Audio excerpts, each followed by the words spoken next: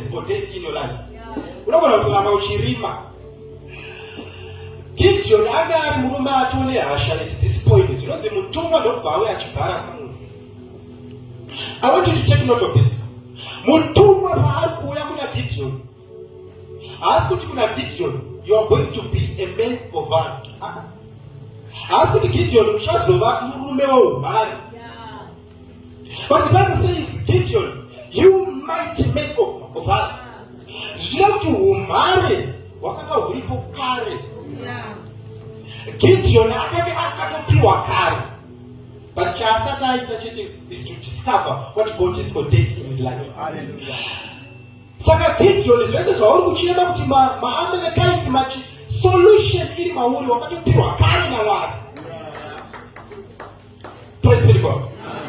Saka Gideon as long usati wa discover kuti Mwari akatopa